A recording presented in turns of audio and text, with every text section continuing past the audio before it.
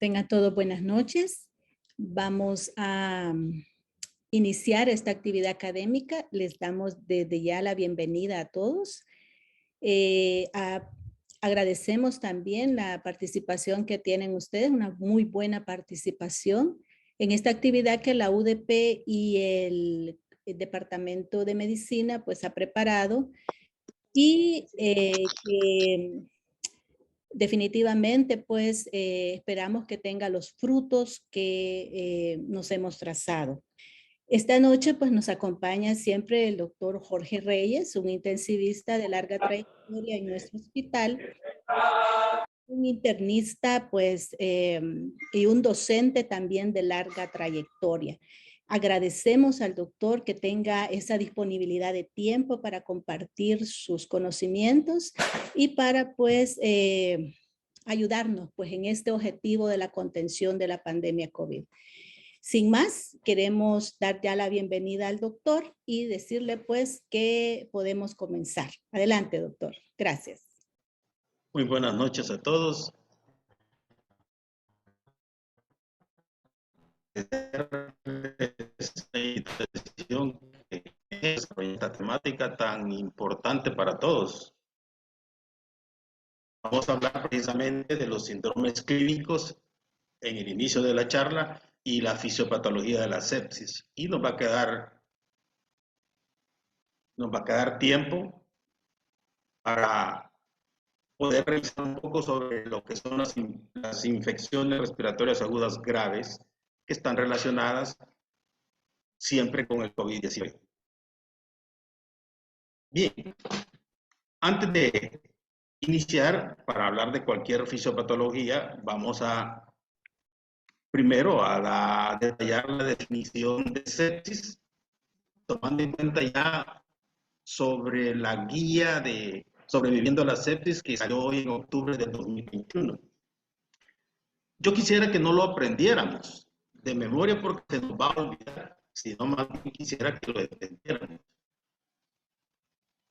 Los expertos hoy nos dicen que vamos a entender por sepsis como una disfunción orgánicamente mortal causada por una respuesta desregulada del huésped a la infección.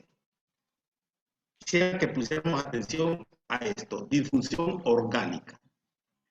Esto es importante porque cuando ya hablamos nosotros de que se trata de una disfunción orgánica, pareciera ser que también nos va a cambiar los conceptos con que nos definir una sepsis. Parece ser que el síndrome de respuesta inflamatoria sistémica ya no nos va a encajar para definirnos a nosotros. Y quizás vamos a tomar más en cuenta los criterios de SOFA, que ya los vamos a ver así en una forma rápida, porque son los que nos van a estar hablando de las diferentes disfunciones, los parámetros que vamos a tomar para definir nosotros un cuadro séptico. Y la otra cosa que quisiera que entendiéramos es que el huésped acá nos da una respuesta descontrolada, desregulada. Esto quiere decir de que el problema no está solo en sí, en la infección o en la etiología que está causando la sepsis, porque no necesariamente tiene que ser un microorganismo. Hablaba de la respuesta desregulada. Quiere decir de que acá se toma en cuenta una misma infección en dos diferentes pacientes, uno puede desarrollar sepsis y el otro no. Por lo tanto, no necesariamente todos los microorganismos nos van a llevar a sepsis. Entonces, esta nueva definición nos va a cambiar ciertos conceptos y adaptarnos a ciertos criterios. Y vámonos al shock séptico. Primero es una subdivisión de la sepsis. Está en la sepsis, está metido en el concepto de sepsis. Pero acá las anormalidades ya se vuelven circulatorias. Los criterios de SOFA que los vamos a ver en una forma hoy muy rápida. Ahí están los 6 criterios que todavía estamos utilizando. El sistema nervioso central, la falla renal, y aquí yo quiero insistir en que en una de esas medimos la diuresis, y esto es algo importante que debemos tomar en cuenta porque sí es básico la diuresis. Y es ahí donde en los servicios generales el estar intentando manejar a un paciente séptico se nos vuelve un problema, porque la diuresis, llevarla en los servicios en esa forma horaria se vuelve casi imposible clínicamente hablando. Entonces, los pacientes que entran con el diagnóstico de sepsis a nuestro hospital no deberían de tardar. Aquí entra lo que yo les estaba diciendo, de que dentro del criterio, hoy las nuevas guías ya nos recomiendan que estemos utilizando por sí solo el Quick SOFA, que mucho lo hemos estado empleando. Ya no lo recomiendan estas 3 variables que estamos utilizando. De eso vamos a hablar más adelante. Y aquí están las aplicaciones prácticas para nosotros poder distinguir si estamos o no frente a un paciente séptico o en shock séptico. Pero se fijan ustedes que ya no vamos a utilizar el Quick SOFA, sino que nos vamos a ir directamente al SOFA u otro que nos están sugiriendo las guías sobreviviendo a la sepsis, que también ya lo vamos a ver. Lo que sí quiero hacer énfasis es que la sepsis, y esto va para todas las autoridades del hospital, deberíamos de entenderla como una emergencia, de tal manera que requiere medidas urgentes una vez lo diagnostiquemos en menos de 15 minutos y que empecemos el manejo justo donde hemos diagnosticado el problema. Llámese así la máxima o la emergencia. Desde ahí deberíamos de empezar nosotros y crear un código que nos permita a todos los que vamos a intervenir con ese paciente a darle las prioridades e iniciar un manejo que es completamente diferente a solo tomarlo como un cuadro infeccioso. De tal manera que si nosotros perdemos tiempo por cada hora que perdemos en instaurar un tratamiento adecuado para estos cuadros, el 8% se aumenta de mortalidad. Por decirles algo, si ya perdimos 5 horas, ese paciente tiene aumentada el 40% de posibilidades de morir. Así es sepsis y así deberíamos de verla nosotros.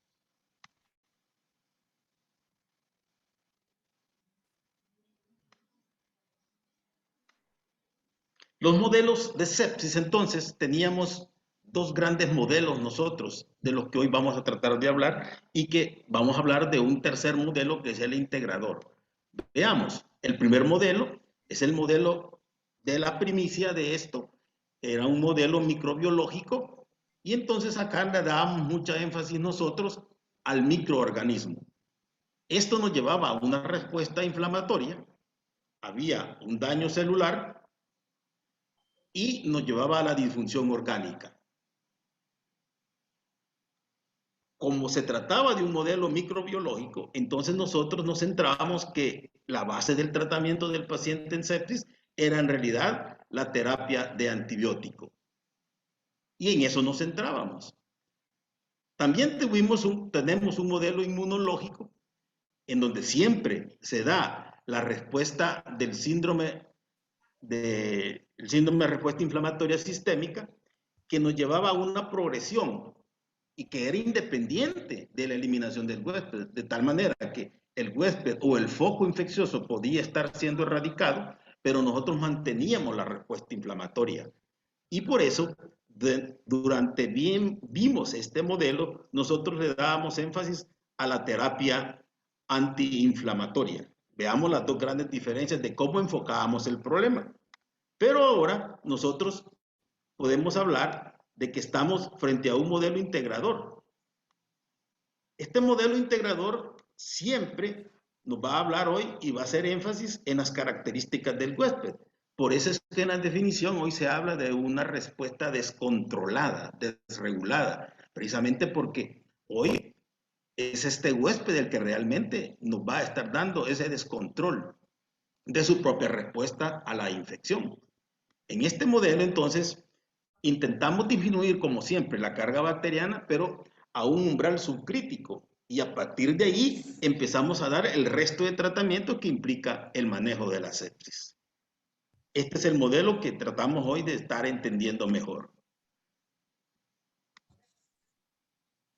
Vamos a hablar de 3 situaciones que nos lleva en sí la sepsis a la entrada del microorganismo. En primer lugar, veamos nosotros que hay un estado procoagulante. Va a haber un daño endotelial y van a haber activación de los leucocitos. El estado procoagulante nos va a llevar a una coagulopatía de consumo. Yo prefiero llamarle así, pero se conoce como una coagulopatía vascular diseminada. Esta despierta dos situaciones a la par. La naturaleza, la biología, la fisiología realmente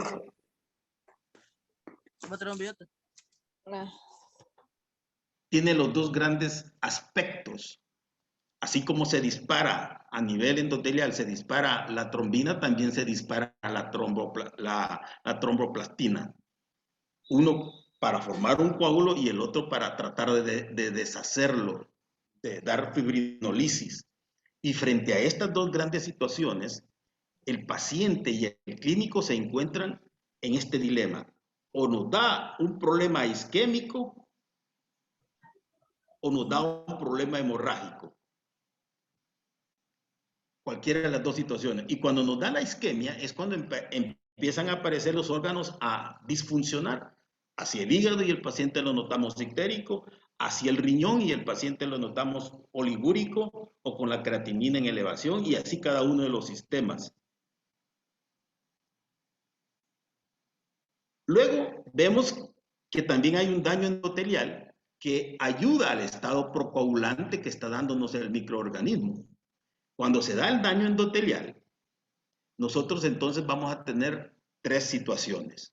Una vasodilatación, y esto es lo que normalmente estamos viendo nosotros, que el paciente se nos edematiza. Hay una vasoplejía, el tono de los vasos se pierde. Y entonces nosotros cuando hemos entrado a darle la rehidratación, la resucitación hídrica, generalmente muchos de esos líquidos se extravasan porque hay un aumento de la permeabilidad. Y por eso es que los notamos hinchados, edematizados al principio. Ante esa vasodilatación y ese aumento de la permeabilidad del vaso, como daño endotelial, se da la hipoxia tisular, que es al final lo que nos lleva a la disfunción orgánica. Por el otro lado, y como tercer aspecto, cuando se activan los leucocitos, entonces aquí hay la salida de muchas citoquinas, factor de necrosis tumoral, interleucinas, salen los tromboxanos, las prostaciclinas, y esto, la presencia de esto en sangre, nos lleva a efectos sistémicos. Y es donde nosotros podemos ya ver clínicamente aumentos de la frecuencia cardíaca, taquicardia o bradicardia en todo caso. Aparece la fiebre o la hipotermia, se despiertan los factores de reactancia aguda, hay aumento de glucocorticoides, la hiperglicemia empieza a aparecer. Quiero advertirles que cuando nos aparece hipoglicemia dentro del paciente séptico, el paciente está sumamente, se nos ha prácticamente ido. La hipoglicemia es un signo inminente de muerte, porque generalmente estos pacientes lo que nos hacen son hiperglicemias. Bien, ante estos efectos sistémicos, lo que hemos hecho nosotros realmente es inmunosupresión. No nosotros, sino el microorganismo inmunosuprime al paciente. Y esto, aunado al daño endotelial que nos llevó a vasodilatación, aumento de permeabilidad e hipoxia tisular, y ahora también tenemos una coagulopatía de consumo que nos llevó a isquemia o a hemorragias los pacientes, entonces nosotros aquí caemos en una falla multiorgánica. Y por eso es que el SOFA nos va a estar ayudando a distinguir y anticiparnos a todo este cuadro fisiopatológico.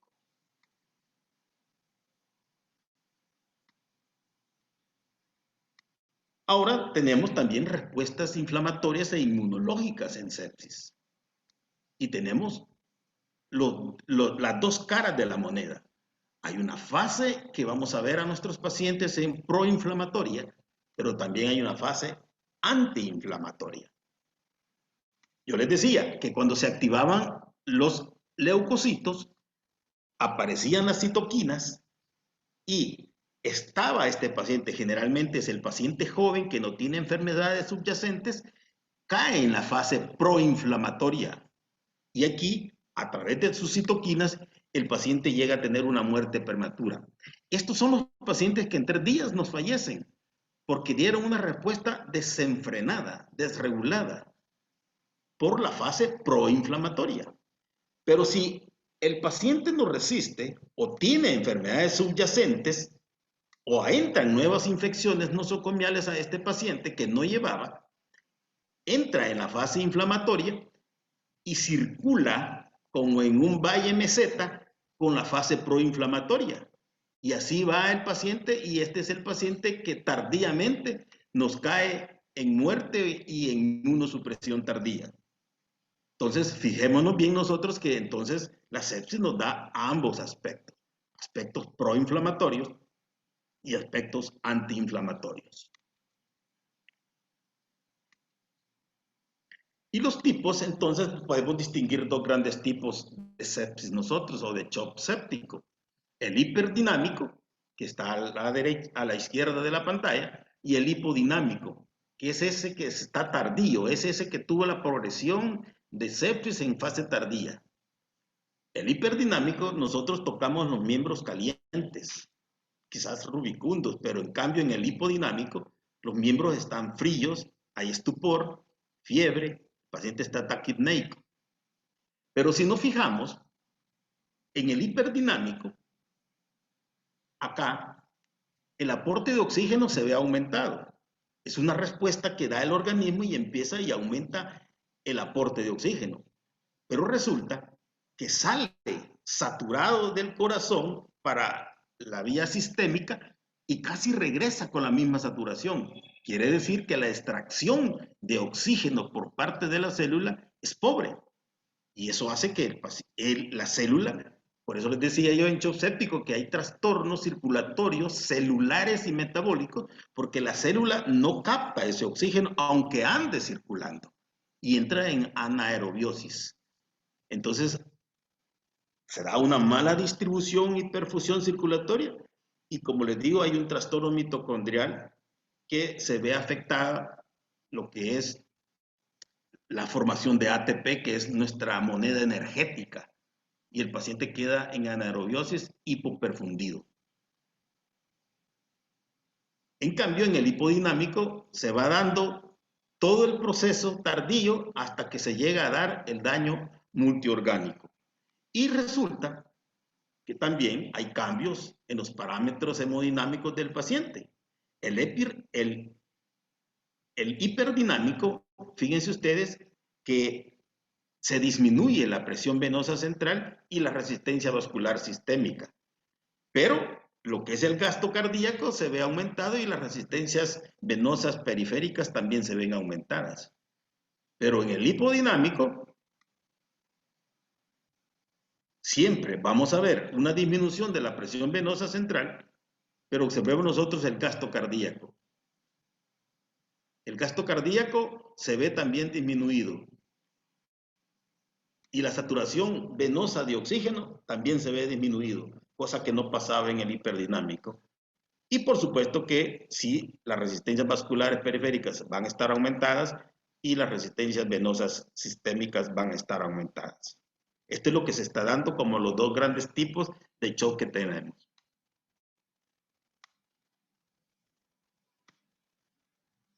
Y aquí está lo que les decía de las diferentes disfunciones. Ahí están el cerebro, que es el que más vemos afectado, confusión, letargo, coma. Y en esto yo quiero hacer este paréntesis porque cuando estamos viendo estos pacientes y les vemos con deterioro, con este deterioro, pérdida del sensorio, quizás agitado, nos vemos tentados quizás a poner haloperidol, porque de esa manera se nos hace suave y al personal de enfermería pues manejarlo mejor sedado, pero no es ese el manejo.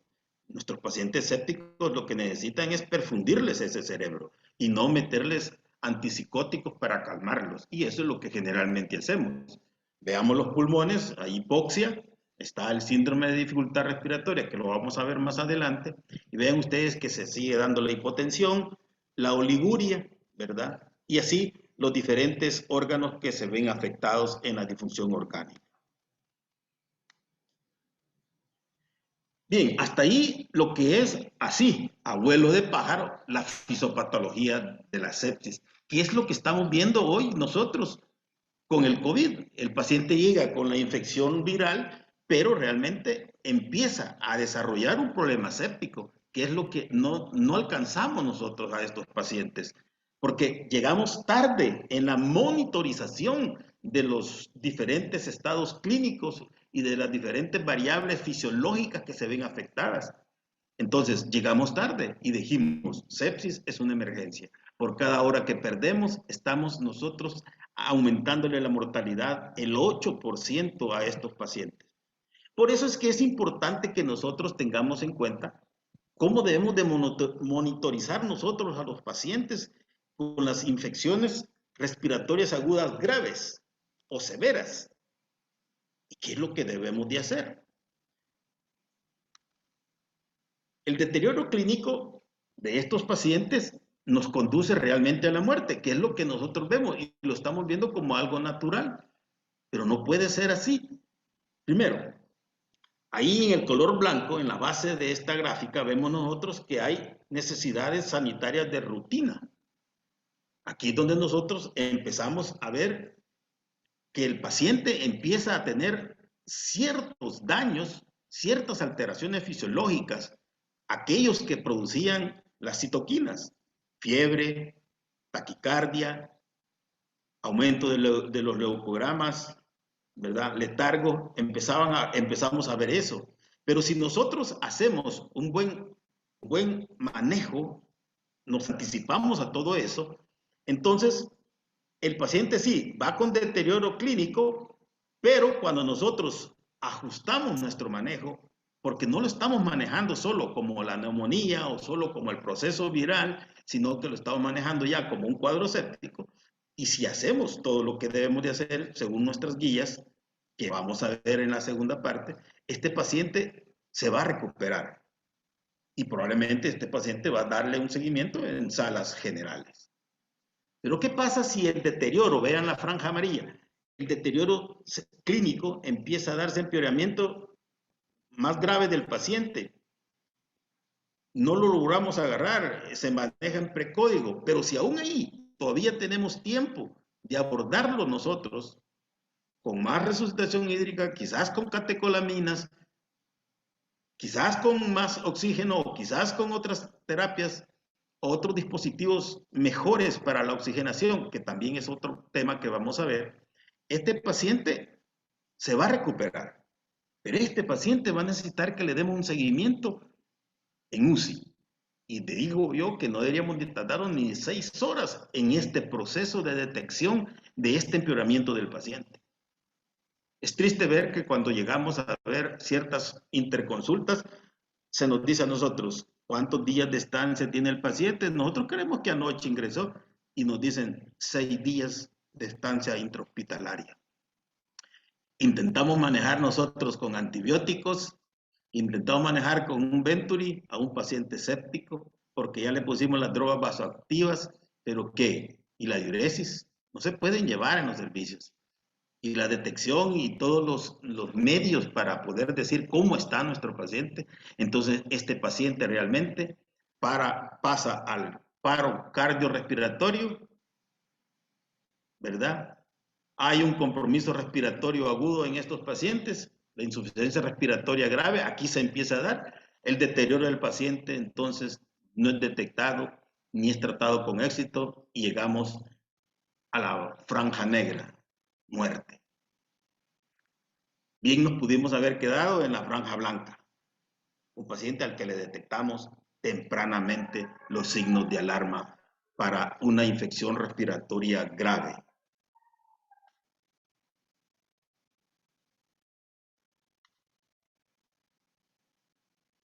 Y aquí está, el paciente hospitalizado con la insuficiencia respiratoria grave, si vemos que es un enfermo crítico con alto riesgo y lleva ese deterioro rápido, entonces ese paciente debe ser admitido en UCI y monitoreado al menos cada hora.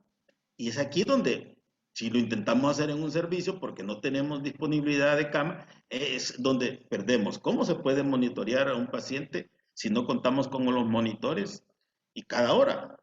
En cambio, si el estado no es un estado crítico, no tiene alto riesgo de deterioro clínico rápido, ¿verdad? Lo hemos detectado a tiempo, lo hemos abordado anticipadamente, entonces la admisión se va a los pabellones generales, se monitorea cada 4 horas, cosa que sí es más factible. Vamos a usar siempre, es el nuevo sistema de puntuación que nos va a estar hoy diciendo las guías de sobreviviendo a los hechos nos dicen que ocupemos ese sistema de puntuación de alerta temprana, que ya muchos países ese es el que están usando.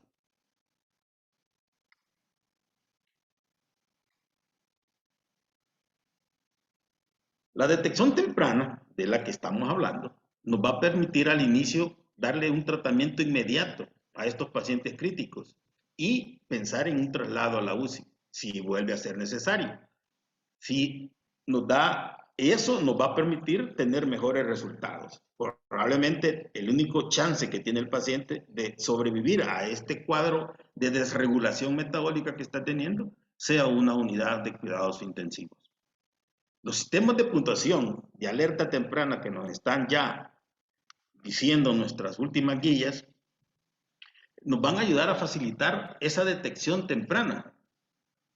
Ya lo vamos a ver más adelante porque ya algunos países lo han desarrollado. Estas variables predictorias de severidad, nosotros ya en pacientes con COVID vamos a empezar a notar esa tos seca, la fiebre, la saturación de oxígeno, la disnea y esa PCR que está positiva nos va a dar a nosotros señales de que estamos frente a un paciente que se nos va a empezar a complicar.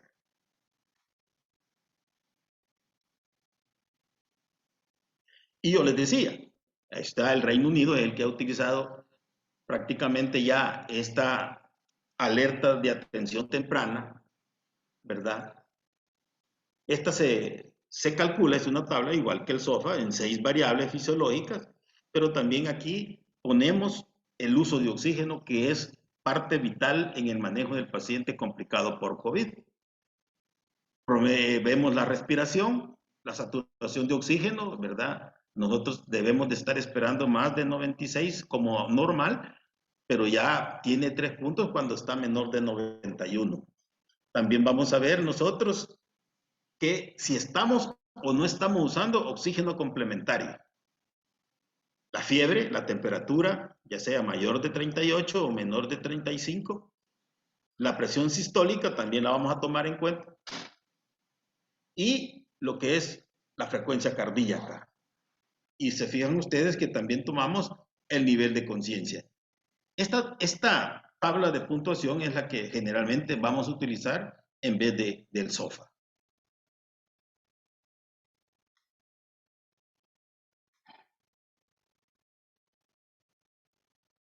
¿En qué nos vamos a fundamentar entonces, compañeros, para el seguimiento de los pacientes con las infecciones respiratorias agudas graves? Estos pacientes se pueden presentar con otras enfermedades críticas o realmente enfermarse durante la hospitalización. No iban así, pero se enferman o se agravan durante la hospitalización. Cuando nosotros les vamos a dar seguimiento, este seguimiento, el detectar estas variables y el calificarlas en esas puntuaciones, nos permite detectar tempranamente qué tanto se nos está deteriorando el paciente. El clínico empieza a hacer la evaluación temprana, hace una supervisión más frecuente, probablemente ya no va a ser cada 4 horas, sino que quizás cada hora, y hace oportunos los tratamientos que salvan vidas, como es la resucitación hídrica, de la cual vamos a hablar al final de la charla en la parte 2. Ajustamos dosis suministradas para el tratamiento. También vamos a hablar un poquito en la fase 2 sobre los antimicrobianos y cómo debemos de ajustarlos y pensar en si lo trasladamos o no y tiene criterio de traslado para una unidad de cuidados intensivos.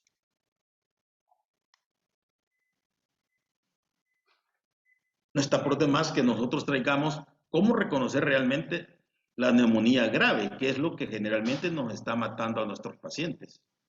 Les decía yo, fiebre y tos, frecuencia respiratoria de más de 30 por minuto. Y aquí es importante que clínicamente estos pacientes no nos pueden dar ni su nombre. Ese es un signo cuando el paciente ni siquiera puede decir su nombre, lo da entrecortado. Nos está dando un signo de alarma que nos está diciendo que este paciente está hipoxémico. Saturaciones menores de 90, cuando lo llevamos o lo recibimos de entrada con saturaciones de 88, 80, 70, ese es reconocimiento de una neumonía grave. Y lo que les decía, la dificultad respiratoria severa, la incapacidad para hablar y que está con aleteo y el uso de músculos accesorios. Y como tal, y como cualquier otra enfermedad, complicando al proceso del COVID, nosotros debemos de usar todas las puntuaciones posibles de gravedad que nos pueden guiar los procesos para tomar decisiones, tanto para tenerlos en salas generales o en cuidados intensivos. Por ejemplo, el CUR 65. Sí me alegra cuando vamos a las interconsultas que hoy nuestros médicos sí nos refieren y nos clasifican estos procesos neumónicos según el CUR 65, que va a incluirnos, fíjense siempre, el estado confusional del paciente, cómo está la urea o la creatinina en su caso, cuánto es la respiración de estos pacientes y la presión arterial. Y por supuesto que si son mayores de los 65 años. Esto lo deberíamos de seguir empleando porque nos dice prácticamente cuánto se nos está deteriorando este paciente. Y de la casilla blanca, que de ahí no pase a la casilla amarilla, menos que llegue a la casilla negra, que es la muerte.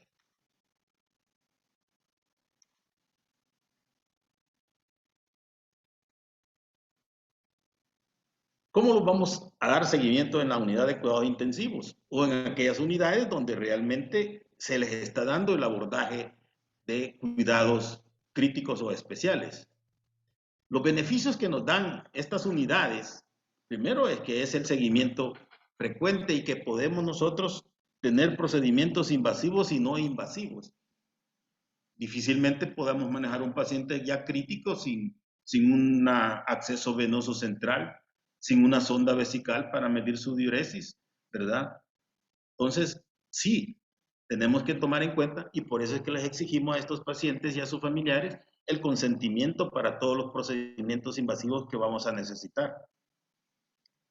Es más oportuno el tratamiento porque nos aportan más rápidamente los exámenes, nos dan prioridad en los servicios auxiliares como rayos X, laboratorio clínico, ¿verdad? Ultras, eco, lo que necesitemos, nos dan prioridad cuando vienen estos pacientes de estas unidades críticas. Y porque en estas unidades contamos con la mayoría de los dispositivos, monitoreos, tenemos oxígeno pues en todas sus formas, contamos con los ventiladores, tenemos más de 6 ventiladores y solo son 6 pacientes, por lo tanto hay ventiladores que están ahí por cualquier falla de uno o que algún otro ventilador dejó de funcionar por el uso crónico, largo que tenemos muchas veces en estos pacientes, y ahí están los ventiladores, cosa que no se cuenta en los servicios generales, excepto en las unidades de críticos del COVID. Pero algo bien importante, no son los médicos, no son los monitores lo que a estos pacientes salvan, sino que es la atención especializada de la enfermera. Esto es vital. Esto es importante porque son ellas las que están las 24 horas al pie de este paciente y es tanta su experiencia que detectan cosas que nos pueden pasar desapercibidas. Y entonces esos detallitos, esa colocación inmediata de aquella indicación precisa que ya necesita el paciente, solo puede darse cuando contamos con estas enfermeras especializadas. Y la relación enfermera-paciente, pues está más, tal vez tendrán 2 como máximo, quizás 3 pacientes en un turno, pero normalmente solo trabajan con 2 pacientes. Por lo tanto, la atención es mucho más esmerada y más personalizada. Y lo mismo, la presencia médica, pues ahí está el intensivista generalmente, y ahí está el residente de mayor jerarquía en cualquiera de las especialidades. Y la otra cosa es que contamos con el nefrólogo, contamos con el neurólogo, contamos con en fin, hay un equipo multidisciplinario, ¿verdad?, que está echando la mano para que este paciente salga adelante. Entonces, sí hay beneficios por la que estos pacientes deberían de recibir una unidad de cuidados intensivos. Y los parámetros fisiológicos claves que nosotros tomamos en cuenta, pues no son nada fuera de lo común. Por supuesto que su frecuencia respiratoria, dado por el ventilador o el monitor. Tenemos en cuenta la saturación, ¿verdad?, de este paciente cuando le estamos suministrando oxígeno, su temperatura que se está midiendo minuto a minuto, colocándole el dispositivo axilar al paciente y revisándolo en el monitor, su frecuencia cardíaca, las presiones arteriales y cómo está el paciente en su nivel de conciencia. Pero óiganlo bien, vuelvo a insistir, producción de orina. Aquí hay una gran que no nos percatamos en otros servicios de cómo va orinando el paciente. Y eso es vital. De eso depende mucho. Y es donde fallamos, porque este dato pasa desapercibido y lo vemos como que sí. No. Y la producción de orina es tan importante, y nosotros en cuidados intensivos insistimos en que debe ser horaria en lo más que se pueda, porque en 2 horas que hemos perdido este paciente, se nos puede desbaratar todo el manejo que hemos hecho.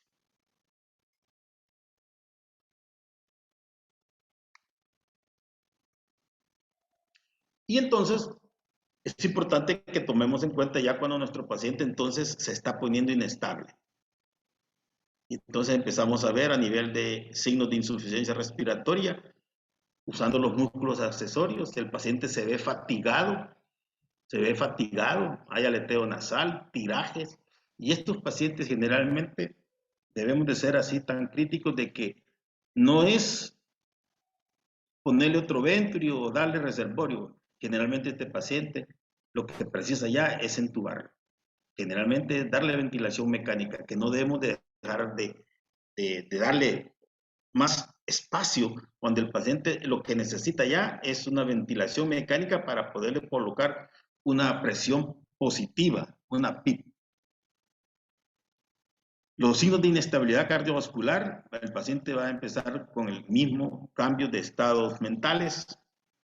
El llenado capilar que hoy se está tomando, porque cuando no podemos contar con el lactato, las guías hoy nos recomiendan que el llenado capilar es una buena forma clínica de poder saber qué tan perfundido está un paciente. Entonces sí es importante que retomemos nosotros y que tomemos en cuenta cómo está el llenado capilar, y eso lo hacemos nosotros en cuestión de segundos ahí. Manchas en la piel, extremidades frías, el hipodinámico, acordémonos, hay diferencia en los pulsos. Y por supuesto hay inestabilidad neurológica. El nivel de conciencia está alterado, el paciente está en estados confusionales, nos puede convulsionar.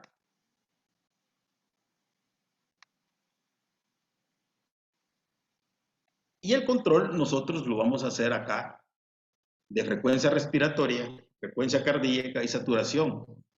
Esto lo hacemos con monitores no invasivos. Asimismo vamos a tomar, fíjense, cada 15 minutos, por lo menos en la primera fase de reanimación de los pacientes con shock, vamos a cada 15 minutos. Posteriormente nos podemos ir reduciendo a cada 30 o cada hora. Y si vemos nosotros, entonces hacemos una intervención invasiva de la presión arterial. Tomamos una línea arterial para estar midiendo presiones arteriales por el monitor. Igual, el estado mental, a través del Glasgow, nosotros vamos a estarlo controlando cada hora. Y luego, si el paciente va a estar sedado o va a recibir analgesia en la ventilación mecánica, vamos a controlar ese nivel de sedación. Ocupamos escalas como la de Richmond. ¿Cómo está la fiebre? La vamos a estar controlando cada 2 o 3 horas, pero vuelvo a insistir, y aquí nos lo vuelven a poner, controlar cada hora la producción de orina. Bien, qué importante. El gasto urinario para nosotros es estar midiendo el gasto cardíaco. De tal manera que para nosotros nos da una buena comparación el estar viendo cómo está el gasto urinario de un paciente inestable, nos está dando una buena realidad de lo que le está pasando a su gasto cardíaco. Y nosotros el examen físico, que no lo debemos de perder de vista, no porque está sedado, monitorizado, perdamos de vista lo que es el examen físico, ¿verdad?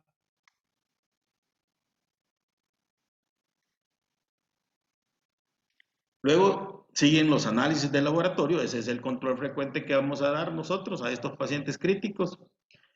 Cuanto sea necesario, vamos a estar mandando estos exámenes nosotros, hemograma completo, la creatinina, sus electrolitos, el azúcar, el lactato,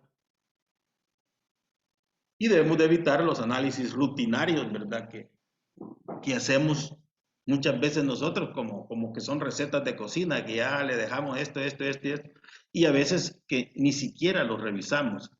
No se trata de eso, se trata de orientar los exámenes de laboratorio. Los gases arteriales deben de ser así, nosotros debemos de, cada vez que el paciente ha aspirado, cada vez que al paciente se le han cambiado parámetros al ventilador, debe recibir el beneficio de gases arteriales.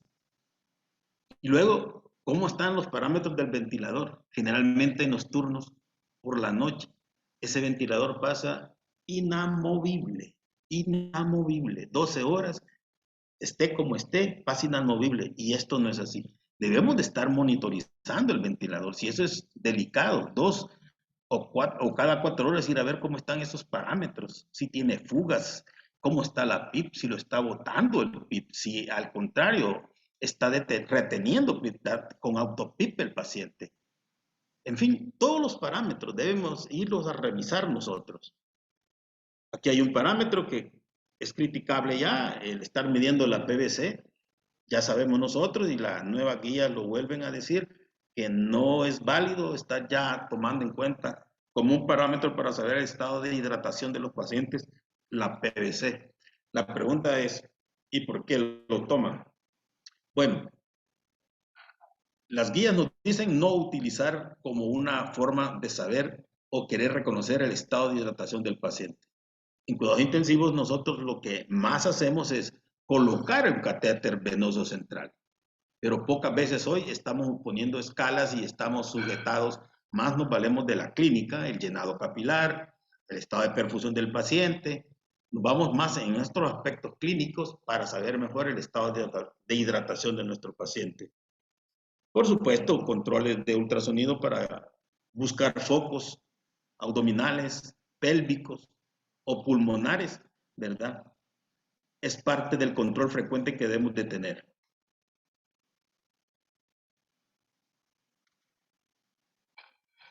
Y nos vamos a valer, ya lo vamos a ir haciendo más rápido, nos vamos a valer entonces nosotros del oxímetro de pulso, ¿verdad? Que debemos de tener nosotros disponible. Hoy eso debe de ser parte de como cargar el estetoscopio, ¿verdad? Todo médico debe cargar en su bolsillo un oxímetro de pulso, ¿verdad? Para poder nosotros ver qué realmente le está pasando antes de estar tomando gases arteriales, ¿verdad? Ya que la saturación de oxígeno refleja exactamente cuánto es la saturación de oxígeno de hemoglobina en la sangre arterial, ¿verdad? Los síntomas clínicos a veces no son indicadores fiables de hipoxemia. Por eso es necesario que monitoricemos nosotros a los pacientes con el oxímetro. Ahí nos está diciendo la realidad. Hay que tomar en cuenta ciertas cosas con el oxímetro. Pacientes anémicos, pacientes con hiperbilirrubinemia, ictéricos, pacientes, mujeres que no les han quitado el esmalte de las uñas y así se les coloca el oxímetro, les va a dar falsas. No está dando un dato real. Así que hay que tomar en cuenta eso y hay que considerarlo. Si es necesario el oxímetro, hay que despintar esas uñas, pero no podemos estar equivocándonos con estos pacientes solo por no poder despintar una uña que nos va a dar falsas. Ese esa oximetría no va a servir.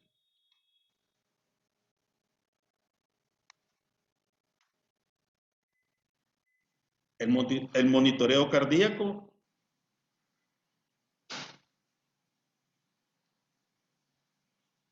continuo debe ser, quiere decir que debemos de contar con estos monitores en estos pacientes, sobre todo cuando los tenemos con vasopresores.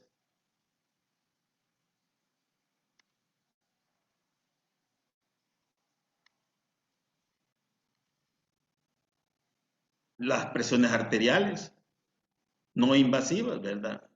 Todo el mundo debe tener la disponibilidad de tener un buen tensiómetro, adecuado tensiómetro para poder tomar en cuenta las cifras tensionales de nuestros pacientes y el saber cuándo vamos o no a mover lo que son las drogas vasoactivas que tiene el paciente.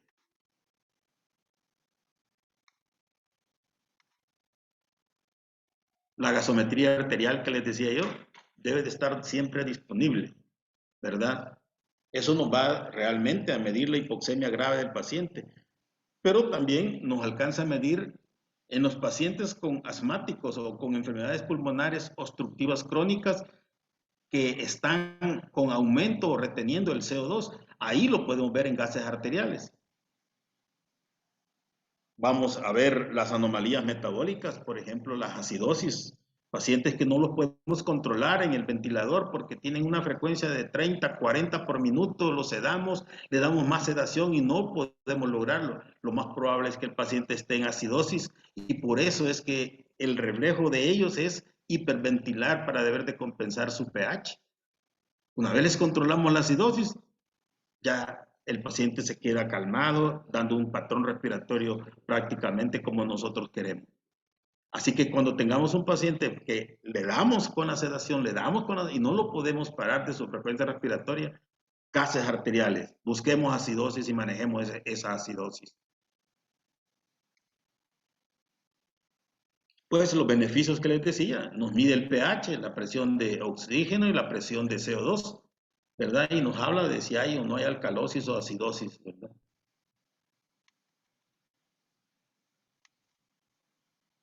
La ecografía, que la debemos de tener en el punto donde está el paciente. Ya no deberíamos de estar sacando a nuestros pacientes críticos ni para rayos X, ni para eco, ni para ultras. Debemos de contar nosotros con estos portátiles porque el sacarlos a estos pacientes bajo estados críticos los arriesgamos. Ahí nos regresa el personal de enfermería corriendo con el paciente desaturado porque falló el ventilador, falló el oxígeno. Estos pacientes deben de recibir los beneficios de todos estos auxiliares clínicos diagnósticos a la cabecera de su cama. El eco, la ultra, ¿verdad? La capnografía, que sí contamos con capnógrafos cuando no podemos tener gases arteriales.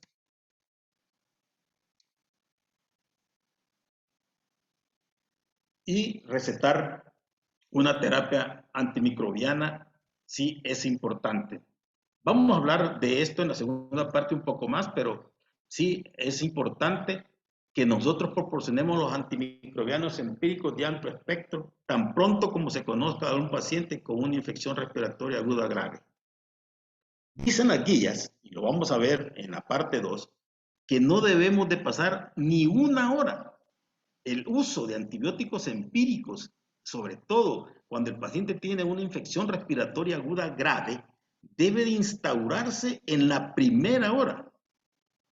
El tiempo que perdemos en instaurarlo es tiempo que aumenta la mortalidad del paciente. Por lo tanto, ahí donde llega el paciente, una vez hacemos el diagnóstico que este paciente está con una ira, y esos son los criterios que mirábamos nosotros: frecuencia respiratoria, cómo está la placa de tórax, cómo está esa saturación a la entrada del paciente, menor de 90, todo eso nos dice que aquí hay una neumonía y que es grave el deterioro que va a tener este paciente, y empezamos empíricamente. Claro, la guía nos recomienda que tomemos cultivos y después de los cultivos empecemos empíricamente con estos antibióticos. Antes hemos recogido, decía yo, las muestras clínicas para mandar los hemocultivos y los cultivos de secreción si se pueden dar.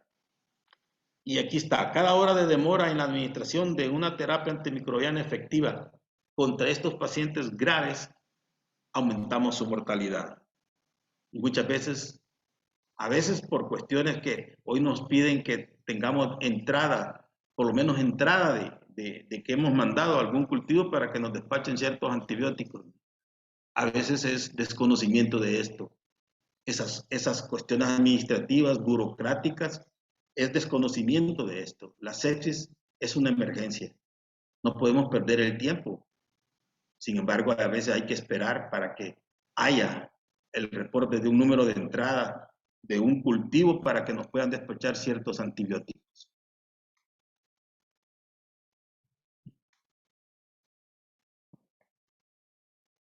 Y les decía yo que los pacientes estos, la terapia empírica va a incluir uno o más medicamentos eficaces para tratar todos los agentes patógenos posibles, ¿verdad? Y así, vamos también a desescalar nosotros una vez tengamos los cultivos, vamos a quitar ya, una vez me dijeron, esto tiene el paciente, esta es la bacteria y este es el antibiótico que le pega, ¿para qué sostener otro antibiótico que pusimos nosotros a la entrada de este paciente? Y ya para terminar, debemos de aprender a dosificar los medicamentos antimicrobianos en forma óptima. Y aquí es donde debemos de reconocer cómo funciona cada uno de los medicamentos. Por ejemplo, alguien puede salirme en el cultivo que en esa neumonía, esa bacteria es sensible a un aminoglicósido, gentamicina o amicacina, pero son muy malos en la penetración pulmonar. Su farmacocinética me está diciendo que no lo usemos. Igual, la ciprofloxacina, ahí puede decir que le pega, pero tiene mala penetración en pulmón. Entonces no debemos de usarla, aunque ahí sí nos lo dijera. Tenemos que tomar en cuenta nosotros los principios farmacocinéticos de cada antibiótico para saber su nivel de penetración en cada uno de los órganos que vamos a atacar. Debemos de ver, entonces, nosotros eso y también la condición inmunosuprimida que tiene el paciente, hay que verlo también. Entonces, no solo se trata de colocar un medicamento dirigido con un antibiograma, sino que también darnos cuenta y conocer la farmacocinética de este medicamento. Bien, en la parte 2 vamos a hablar un poco más ya de la forma ya dirigida y concreta del uso de los antibióticos, cómo desescalar los antibióticos y vamos a hablar de las guías y de las nuevas modalidades que las guías de Sobreviviendo a la Sepsis 2021 nos trae para ver cómo abordamos mejor a nuestros pacientes sépticos hoy, que es como la parte más frecuente que están sufriendo nuestros pacientes con COVID. Por hoy, les agradezco la atención y vamos a estar pendientes de cuando la doctora De Valle nos vuelva a reprogramar la parte 2 de este tema. Dios los bendiga a todos. Feliz noche. Bueno, sin duda alguna, doctor Reyes, estamos muy agradecidos por toda la información que usted nos ha dado. Es sin duda muy interesante. No hay escritas preguntas en el chat, pero yo quería hacerle una pregunta respecto a las escalas. Por ejemplo, QuickSOFA y SOFA es lo que usualmente nosotros seguimos usando en los servicios.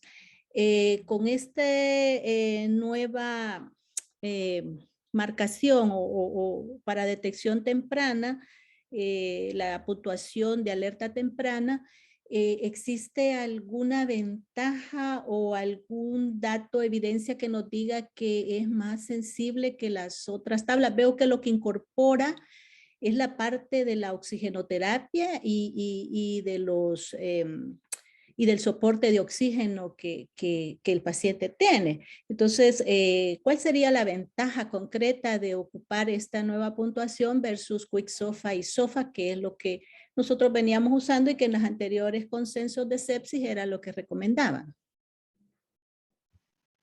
Bien, lo que sí es tácita, la guía Y recordemos que las guías son solo eso, ¿no? No son protocolos. De hecho, algunos critican la guía, ¿verdad? Pero cada 5 años, en 2016, todavía nos decían que usáramos el QuickSoft. Hoy nos dicen que no lo usemos el QuickSoft, solo esos 3 parámetros, no lo usemos como una sola, como un solo parámetro para definir o ver la severidad de la sepsis del paciente. Pero sí nos dicen que sí podemos utilizar el SOFA. También nos dice que no nos confiemos ya con los 4 criterios del síndrome de inflamatorio sistémico, que eran los 4 parámetros, porque ya la sepsis ya no se define como un problema estrictamente inflamatorio, sino como una disfunción orgánica. Y por eso que todavía el SOFA se sigue recomendando. Pero el SOFA tiene también estos inconvenientes, porque hoy lo que estamos también viendo nosotros, que el trastorno del shock séptico es realmente celular y metabólico. Y ahí la parte del oxígeno tiene mucho que ver. Por lo tanto, hoy es importante saber nosotros cómo está la oxigenación de nuestro paciente, no solo la oxigenación sanguínea, sino la celular. Entonces, hoy los datos prematuros y rápidos para detectar, ya países europeos ya se están usando. A nosotros nos va a costar llegar, pero nos recomiendan que usemos estos, ya sea los modificados, que también hay modificados, y el otro. Pero todavía en la guía nos dice que el SOFA, es decir, que lo sigamos usando porque no nos confiemos solo a un parámetro.